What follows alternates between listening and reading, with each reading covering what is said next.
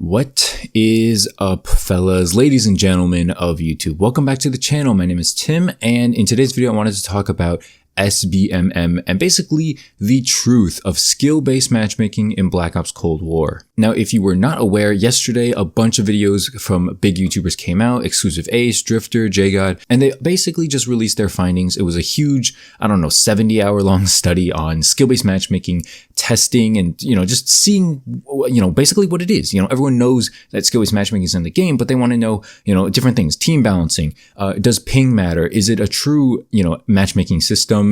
Is there an elo to it? Does recent performance matter? We're going to be talking about all these things in today's video, in my video, but I just wanted to shout those three out. I'm going to leave a link to Ace's video in the description down below. I also do recommend you watch Drifter's. I think he did a good job in that video as well.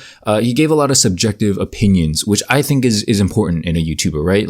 You want to present facts, but you also want to say I don't think this is right, or I think this is fine. You want to be kind of humanized as a person. I think the other two didn't really do as well of a job as Drifter did. So definitely a big shout out to them, and go check out those videos if you haven't already. Before I get into my thoughts on this topic, I just want to remind you guys to subscribe and leave a like on the channel if you are brand new. Leave a like on the video, subscribe to the channel. Why did I say it the other way? I don't even know what I'm talking about. Also, before I start, there has been some, hater comments or, people supporting SBMM in the comment section down below. I might make a video just responding to some of these comments, dude, because some of these guys you guys are funny. I'm just going to put it like that. Just know if I don't respond to your, comment or whatever, I'm reading them, and I'm going to try to. I tweeted out a whole thread about skill-based matchmaking and kind of just the patent itself, and just kind of gave my thoughts on it. Again, I'm not a researcher. I didn't write the patent. I didn't read all of it, but I just wanted to give my subjective opinion on it. If I'm wrong, I'll own up to it. But as of right now, I don't think that this whole patent is actual in PvP. I could be wrong, maybe it is, but I can't see a matchmaking system where it will just dictate how your bullets operate, down to the T, mid gunfight or during a gunfight. I just can't see that. Maybe that's just me. Maybe I just don't believe hard enough in how controlling Activision can be, because I know they can be controlling. Maybe that's just on me, but I refuse to believe that until I see actual proof. It's not like I'm just shutting you guys down oh, you're just haters or whatever. I just need to see proof. It's just something that I need to see to believe. And so I'm just leave it at that for now. Now let's talk about SBMM and the horrible truth about it. In this particular video, I'm going to be talking about my opinions on their findings. So I'm going to break it up into team balancing, ping is king, and recent performance. All right. So those are the three main topics. Let's talk about team balancing first. So according to Ace and Driftor, I only watched their videos and I watched JGod's, but according to those videos, team balancing is stressful for the best player on the team. Meaning, the example they gave is if you have a 1.8 KD, you're most likely going to lose or basically have to backpack extremely hard to win in your games, right? If you have a 1.8 KD, because it'll match you as a 1.8 KD with people who, let's say, a 0.9 to a 1 KD. And that'll be your team, right? Everyone else will be a 0.9 to 1 KD versus the other team is probably most likely a mixed bag of between 1.1 to 1.6. That's probably their KD. So even though none of them are as good as you in theory, if, KD is the only thing you care about, even though that's the case, team balancing is going to make it so they're most likely going to kill, your team before you can kill their entire team. Does that make sense? That's an easiest way to explain it. But basically, team balancing is designed to be stressful for the best player on the team. And so when I heard about this, I think this is complete BS. You should not be punished. Again, this is the same mindset as skill-based matchmaking, but basically you're being punished for being good at the game. If you care about win-loss, like me personally, I don't really care about win-loss. Who cares? I'm still gonna play the next game if I win or lose. And I'm not gonna let the outcome of a single match dictate my mood for the next 20 minutes. I don't care that much, all right? It's Call of Duty. But I will say that team balancing is designed in this game to hurt good players. They're de-incentivizing you to be good. They want everyone as close to a 1 or 1.2 KD, whatever the average is, as possible. And that's not fun. That's the big issue about skill-based matchmaking. And so team balancing, obviously, as you can tell, is contributing to that. It's contributing to this communism mentality of everyone needs to be at a 1.1 KD. No one can pop off. Everyone has to end a game with a 1.1 KD. Everyone has to get their streaks twice. And that's it. Let's call it a day. In theory, that should be fine, but that's not fun. Nobody wants to do that. Good players don't want to be limited, and bad players don't want that to be the max. That can't be the ceiling as a bad player to get your streaks twice and have a 1-1 KD. Even if you're like starting out with COD and you start off with like a 0.6 KD or something, you can't have your final mindset be a 1-1 KD and be like, oh, this is the goal I'm shooting for. I need to hit this. Otherwise, I didn't have fun, or otherwise I'm wasting my time. No, that can't be your goal. All right. Your goal has to be continuously expanding. 2 KD. Then once you get there, a 3 KD. That's how you get better at this game. They don't want you to get better though. They want you to get better to a certain limit. I'm just saying 1-1 arbitrarily. It's not the actual number. And they want to minimize how good players can be. So it's just overall, it's a terrible system.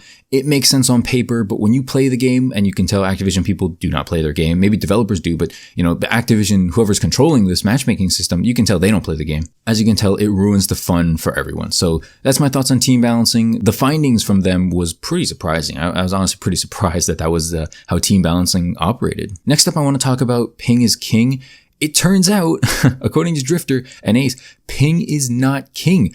Apparently, the better you are, the more high-skilled you are, the higher your ping is. And the way they tested it is, first off, all three of them, JGod, Ace, and Drifter, they all experienced this. So it's very unlikely that it's just like a minor case or something. Apparently, the better you are, the worse your connection's gonna be. Not like, I don't think it's gonna be like significantly worse. Like you're gonna lag all over the place.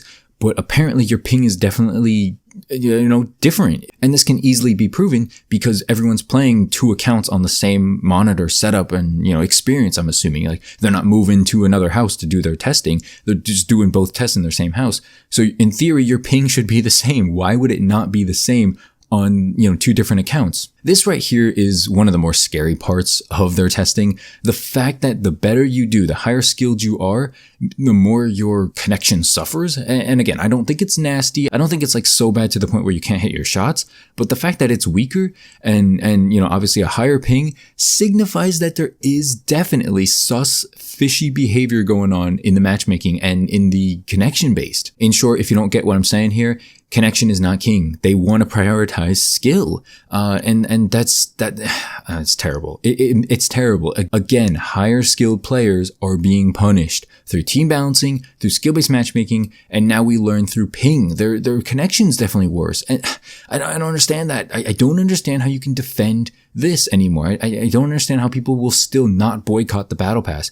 Even if this is your favorite game, even if you just love every map, every gun, are you really having fun sweating every single time? Like I know some people say like they have a 1A KD, they don't care about SBMM, but like, are you having fun in that process? Like, do you just enjoy it? Like if you enjoy it, cool. Like I guess that's on you, but like vast majority of people don't enjoy it. And again, it's not the majority. It's not like, every single person has to agree with, what we're all saying as commentators here. But like, all I'm saying is like, kind of open your eyes and try to see the other side, like understand that not everyone wants to play like that. It's not just about you, but I'm not going to tell you how to spend your money. And the last bit of news that they uncovered that I felt like talking about is that recent performance matters too. And so this is something we knew back in Modern Warfare. I actually did a few testing on this myself. I would die a bunch, 5 games in a row. And then the 6th or 7th match, I would get complete scrubs, like terrible people. I could basically drop a nuke on them. And as you guys know, I'm not a great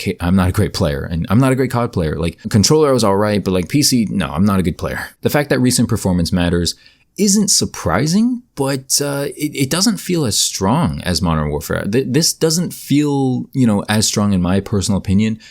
Maybe I just do average every game, and so sometimes I get good games, sometimes I get bad games. Maybe that's just how it works for me.